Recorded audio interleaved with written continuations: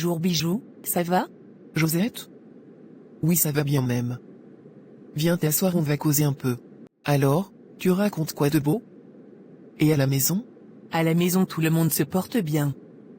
Je viens justement d'envoyer les enfants en vacances, ils ont très bien travaillé ce trimestre-là. Et toi? Oui, moi aussi tout va bien avec mon mari et mes enfants. Le seul problème ce sont la nièce et le neveu de mon mari qui me fatiguent. Ils ne me causent que des problèmes. Tous les jours des mauvais rapports de l'école. Ils fuient les cours pour aller se promener en journée. Surtout la fille, tous les jours en train de se bagarrer à l'école. Ça tombe bien que tu me parles de ça.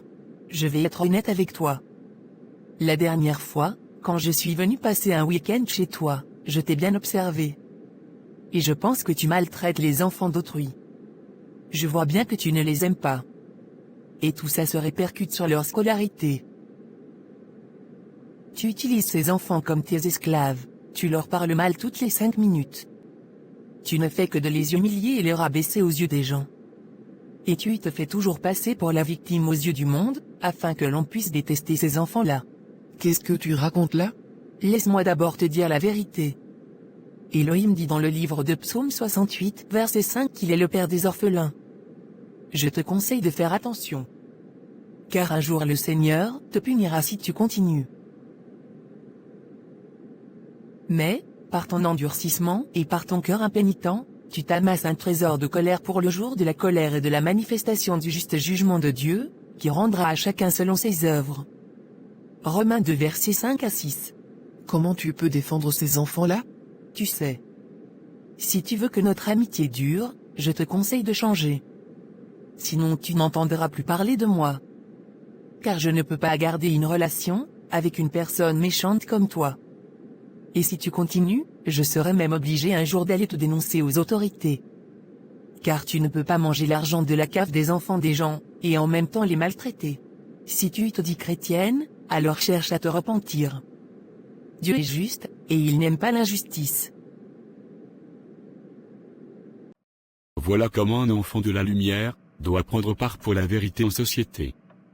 En tant que chrétiens, nous ne devons pas encourager ou laisser le mal passer sous silence. Mais nous devons condamner ses œuvres, selon le livre d'Éphésiens 5 verset 11.